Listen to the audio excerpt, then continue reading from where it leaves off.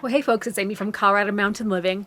I know a lot of you guys were really interested in the status of the wildfires in Colorado.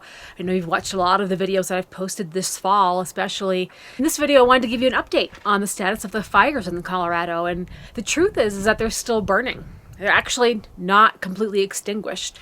So don't imagine flaring fires in the trees. That's not really what the situation is. It's more of like a smoldering, and the description is flames of fire being seen, in some areas. It's not like those pictures of ravaging fires that you've seen in the past with like the winds and the trees all blowing, and that's not the state of affairs right now. But interestingly, the huge snowstorm that we got didn't completely put an end to things.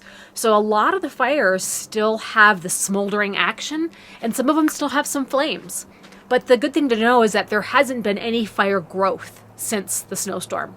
So I can go through the fires one by one, and I'm just going to highlight the ones that we're the most concerned about, not the ones that were in the western part of the state earlier this year, because those were pretty well contained. But the biggest one you're probably wondering about is the East Troublesome Fire.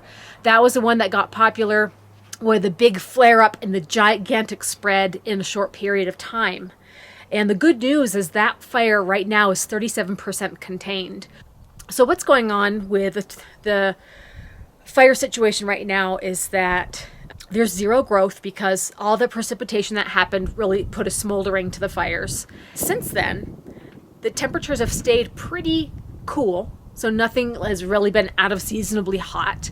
And we have had some winds, so they have been monitoring the situation because sometimes the winds can dry things out and fan flames, right? So the concern about winds is that it can really dry up the precipitation. And so once something becomes dry again, it can reignite. So that's really what is being mostly monitored right now with the firefighters. They're working on their containment lines. They're working on the fire lines and really cleaning things up around the perimeters. So that's the East Troublesome Fire, the one that threatened Estes Park and the Rocky Mountain National Park, which is still closed, by the way. So that is the situation on that fire. Now, the fire to the north, the Cameron Peak Fire, this fire has been going on since August. It's been going on for a long time. It's the biggest one. It's 208,000 acres. It's huge, right? This is the one that's threatening like Loveland and the Fort Collins area, and that area has just been under smoke the entire summer. It is 85% contained.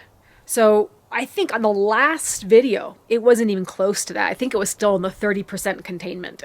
So a lot of progress has been done on that fire. It's just amazing to think, wow, it's almost completely encased, right? It's going to burn back on itself and not be a problem anymore. Even though the fire's still there and they can't completely put it out, they're able to get a lot more progress on the containment areas, and that's what you're seeing. Okay, so there's three more fires I want to go over. The ones that are closer to us. The one that's in Boulder, called the Calwood Fire, started a couple of weeks ago, and that caused emergency evacuations in Boulder, and houses burned and all of that. That fire is 76% contained. So that one they're making a lot of progress on as well. That one is burning about 10,000 acres. And then one more in a similar area. One that was kind of nearby to the Calwood Fire was the Left Hand Canyon Fire.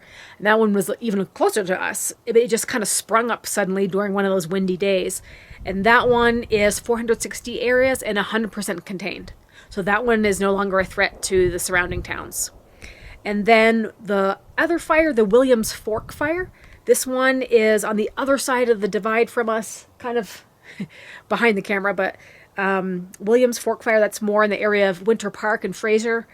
This one is close to 15,000 acres, and it started about 2 months ago.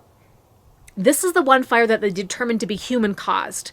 I don't have any other details other than that, but that one was human-caused. The other fires are still being investigated, and the Williams Fork Fire is 75% contained.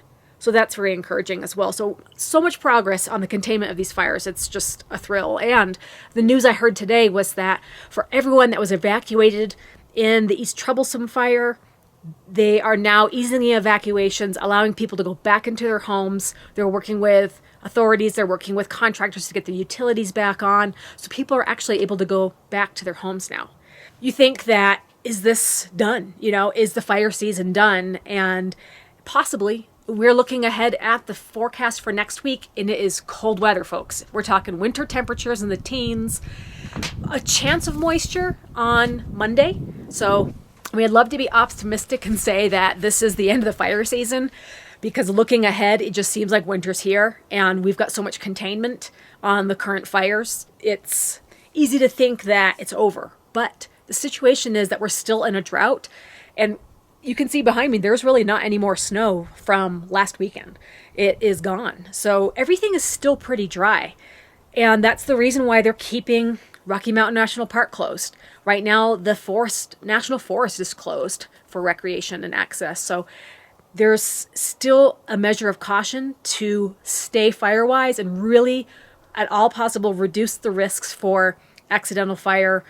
Even though so much progress has been made on the current fires, we just don't want to have anything new start up at this point in time because of our drought situation. So anyways, that is just the quick update of the fires in Colorado. I hope you guys appreciate that. I look at a few different sources, the East Troublesome Fire Facebook page. I look at the fire and avalanche map and get a lot of information about the status of the fires, and of course the local news as well. And the local firefighters. We have a very active local firefighter group in our area, and look to them for information as well. So we're really grateful that we made it through this fire season, and hope you guys appreciate the info, and thanks for thinking of us out here, and definitely best wishes for anyone else still dealing with fires right now, especially further west, because I know it's not over for them yet. Thanks guys, we'll see you next time. Bye bye.